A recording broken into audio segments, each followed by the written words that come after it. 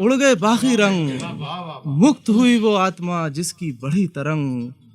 और ज़मीन के नीचे जो मेंटल कहलाता है, जो कोर है, वो मोल्टेन होती है और 5400 डिग्री सेल्सियस टेम्परेचर होता है और fusion reaction, nuclear fusion reaction हो रहा है, और ये सब सिफात सूरज में नज़र आती हैं। तो ऐसा क्यों है कि दोनों कॉमन है? तो मैंने इस साइंसी मजमून को एक दोहे में बांधा कि देखा सूरज की तरफ, हंसकर बोला वैद। देखा सूरज की तरफ, हंसकर बोला वैद, इस धरती के गर्भ में एक सूरज है कैद। देखा सूरज की तरफ, हंसकर बोला वैद, इस धरती के गर्भ में एक सूरज है कैद। इस धरती के गर्भ में एक सूरज है कैद। और मुल्ला पंडित सब यहाँ करते रहे फरेब। मुल्ला पंडित सब यहाँ करते रहे फरेब। सोच रहा न्यूटन वहाँ गिरता क्यों है सेब। बहुत शुक्रिया। मुल्ला पंडित सब यहाँ करते रहे फरेब। सोच रहा न्यूटन वहाँ गिरता क्यों है सेब। और सब तेरी साइंस है फिर ये कैसा योग। सब तेरी साइंस है फिर ये कैसा योग। खुदा नुमाइंदे तेरे इतने पिछड़े लोग। सब तेरी साइंस है फिर ये कैसा योग। खुदा नुमाइंदे तेरे इतने पिछड़े लोग। मुस्लिम जन्नत में रहें, हिंदू स्वर्ग बसाएं। मुस्लिम जन्नत में रहें, हिंदू स्वर्ग बसाएं। लेकिन मरकर जानवर किस दुनिया में जाएं। लेकिन मरकर जानवर किस दुनिया में जाएं। और दुनिया को दिखता नहीं उसका असली रूप। दुनिया को दिखता नहीं उसका असली रूप। सूरज की परछाई भी हो सकती है धूप।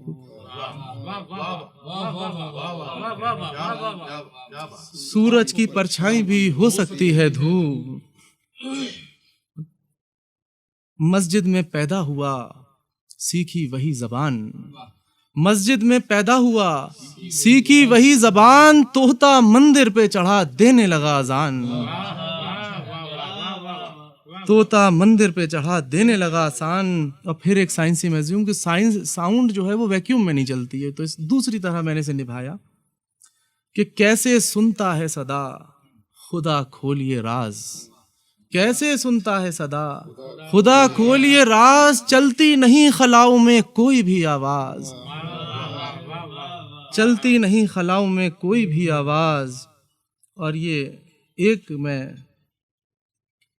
क्योंकि दोहे का काम ये होता है कि समाज को मैसेज देना, तो मैं दो दोहे सुना के अपनी जगह ले लूंगा। पहले ये दो बहुत ज़रूरी दोहे हैं क्योंकि मैसेज देना भी एक दोहे का काम है, गज़ल का काम नहीं है।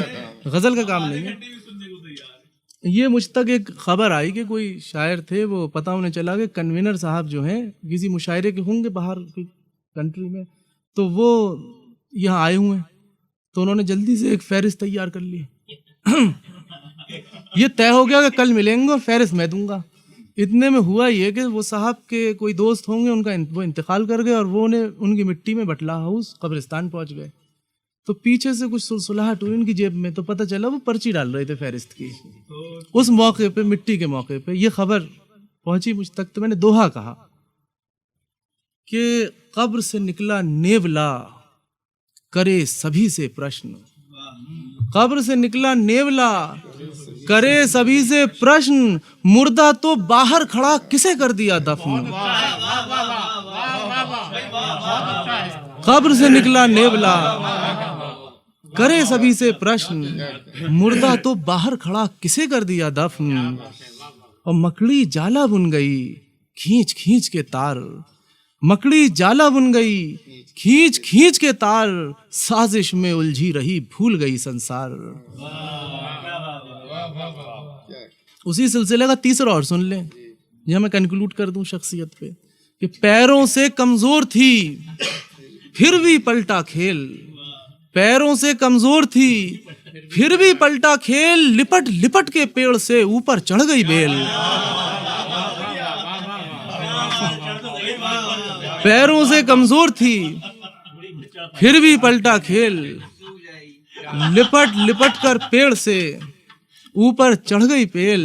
और आखिरी दोहा, उसके बाद मैं अपनी जगह ले लूंगा कि